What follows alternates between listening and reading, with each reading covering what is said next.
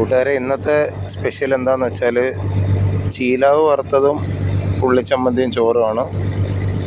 വൈകുന്നേരം ഫസ്റ്റ് ഇട്ട വലയിൽ തന്നെ കിട്ടിയ ചീലാവ് എടുത്ത് നൈസായിട്ട് വെട്ടിക്കണ്ടിച്ച് ഒരു അരമണിക്കൂർ മസാല പിടിക്കാൻ വെച്ചതിന് ശേഷമാണ് ഇപ്പോൾ വറക്കാൻ ഇട്ടതേക്കുന്നത്. ഓൾറെഡി ചട്ടിയിൽ 6 പീസ് മീൻ ഇട്ടിട്ടുണ്ട്. പിന്നെ ഞുറുക്കിയിട്ടില്ല, ആളുമീത ഒരു ഫുൾ പീസ് കിട്ടേണ്ടതുകൊണ്ട് നൈസായിട്ട് ഫുള്ളായിട്ട് തന്നെയാണ് ഇട്ടേക്കുന്നത്. ഇതാ ഒരു സൈഡിലിവിടെ ഉള്ളിയും തക്കാളിയും പച്ചമുളകും എല്ലാം അരിയുന്നുണ്ട്.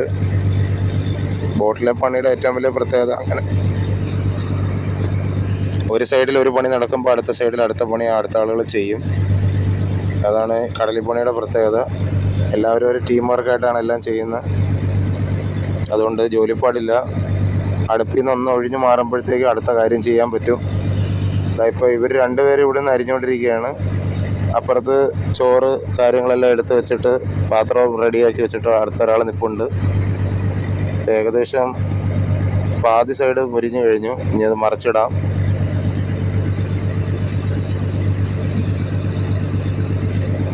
ചട്ടി മറിഞ്ഞു വീഴാതിരിക്കാൻ വേണ്ടി ക്രോസിനൊരു പട്ട വെച്ചിട്ടുണ്ട് അടുപ്പിൽ.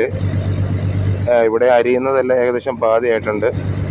അത് വേറൊന്നും കൊണ്ടല്ല, നമ്മുടെ തിരമാലയുടെ ശക്തിയിൽ അങ്ങോട്ടും ഇങ്ങോട്ടും ബോട്ട് ഷേക്കാവും.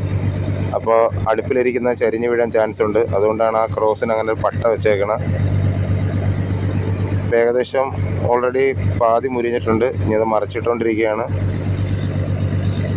പിന്നെ തീ ആവശ്യത്തിന് വെച്ചുകൊണ്ട് കരിഞ്ഞു പോകത്തില്ല. ബർണർ നല്ല പവർ കൂടിയതാണ്. അതുകൊണ്ട് നോക്കിയും കണ്ട് തീ വെച്ചില്ലെങ്കിൽ പണി കിട്ടും. അങ്ങനെ നമ്മുടെ ഉള്ളിയും തക്കാളിയും പച്ചമുളകൊക്കെ ഏകദേശം അരിഞ്ഞ് തീരാറായി. ഇനി പയ്യെ അങ്ങോട്ട് കോരി പാത്രത്തിലോട്ട് മാറ്റാം.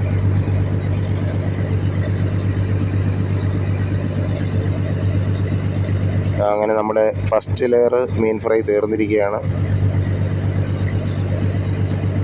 ഇനി ഇതേ കണക്ക് ഒരു സെറ്റും കൂടെ പൊരിക്കാനുണ്ട്.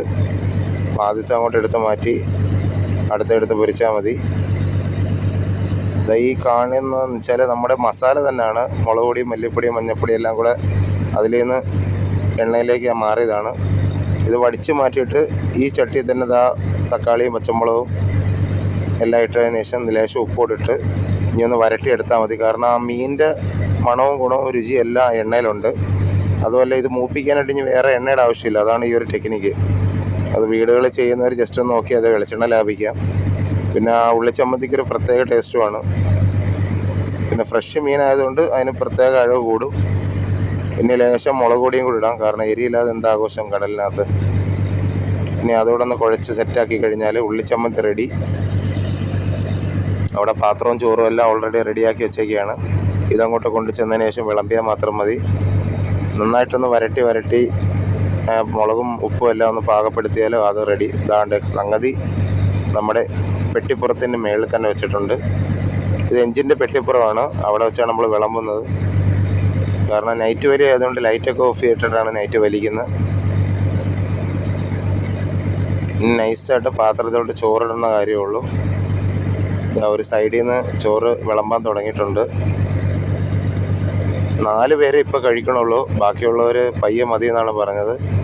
അങ്ങനെയുള്ളപ്പോൾ നമ്മൾ മുഴുവനും വിളമ്പില്ല. ആവശ്യത്തിനുള്ളവർക്ക് മാത്രം വിളമ്പിയിട്ട് ബാക്കി ചോറും മീൻ വറുത്തതായാലും ചമ്മന്തിയായാലും കറിയായാലും എന്തായാലും അടച്ചു വെച്ചേക്കും. പിന്നെ ബോട്ട് എന്തെന്ന് പറഞ്ഞാലും പാറ്റ ശല്യം ഭയങ്കരമാണ്. അത് കണക്ക് തന്നെ എലിയുണ്ട്. അത് നമുക്കിനി എന്തെന്ന് പറഞ്ഞാലും തടയാൻ പറ്റത്തില്ല. കാരണം കടവിൽ കൊണ്ട് കെട്ടുമ്പോൾ 4-5 ബോട്ടുകൾ അതിൻ്റെ കൂടെ കാണും. അപ്പോൾ ഒരു ബോട്ടിൽ നിന്ന് എന്തായാലും ഈ ബോട്ടിലേക്കും കയറും. നമ്മൾ എത്ര ഒഴിവാക്കാൻ നോക്കിയാലും പാറ്റയും എലിയും മാറില്ല. അതെന്താണെന്നറിയത്തില്ല. കാലങ്ങളായിട്ടുള്ള എലിയുടെയും പാറ്റയുടെ ശീലമാണ്. ബോട്ട് ഉപേക്ഷിച്ച് എങ്ങും പോകത്തില്ല. നല്ലൊരു ബേക്കറി സാധനം പോലെ ഇവരെ പേടിച്ച് നമുക്ക് വെക്കാൻ പറ്റില്ല. അതാണ് അവസ്ഥ. എന്തായാലും ചോറ് വിളമ്പി തുടങ്ങി. ഇനി അങ്ങോട്ട് ചമ്മന്തിയും വിളമ്പി മീൻ വറുത്തമായിട്ട് കഴിച്ചാൽ മതി.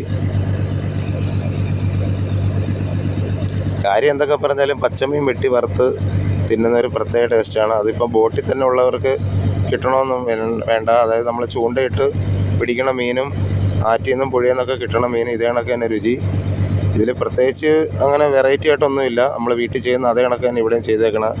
പിന്നെ ഈ കടലിൽ ഇരുന്ന് കഴിക്കുമ്പോൾ ഉള്ളൊരു ആംബിയൻസ്, അത് മാത്രമാണ് ഇതിനകത്തൊരു വെറൈറ്റി ഫീലായിട്ട് തോന്നണത്. അങ്ങനെ വേണ്ടത് വിളമ്പെല്ലാം പൂർത്തിയായി. ഇനി നൈസിന് കഴിച്ചാൽ മതി. 4 പേർക്കുള്ള പാത്രത്തിലെല്ലാം റെഡിയാക്കി വെച്ചിട്ടുണ്ട്. ആളും വീതം ഓരോ പീസേ വെക്കണുള്ളൂ. എന്തായാലും എന്തെങ്കിലും ഒരു പോരായ്മ ഈ വീഡിയോയിലുണ്ടെങ്കിൽ അത് കമൻ്റായിട്ട് അറിയിക്കണേ. എനിക്ക് സംസാരിക്കാൻ കൃത്യമായിട്ട് അറിയത്തില്ല, പരിചയക്കുറവുണ്ട്. എന്തെങ്കിലും കുറ്റമോ കുറവുണ്ടെങ്കിൽ നിങ്ങളത് അറിയിക്കുക. അടുത്ത വീഡിയോയിൽ ഞാൻ പരിഹരിച്ചോളാം. അപ്പോൾ നിങ്ങളെല്ലാവരും അത്താഴം കഴിച്ചെന്ന് വിശ്വസിക്കുന്നു. ഞങ്ങളുടെ അത്താഴം കഴിപ്പ് ഇതാണ്ട് തുടങ്ങാൻ പോയാണ്. അപ്പോൾ എല്ലാം പറഞ്ഞതുപോലെ വീണ്ടും നല്ലൊരു വീഡിയോയുമായിട്ട് അടുത്ത ദിവസം കാണാം. Okay, bye.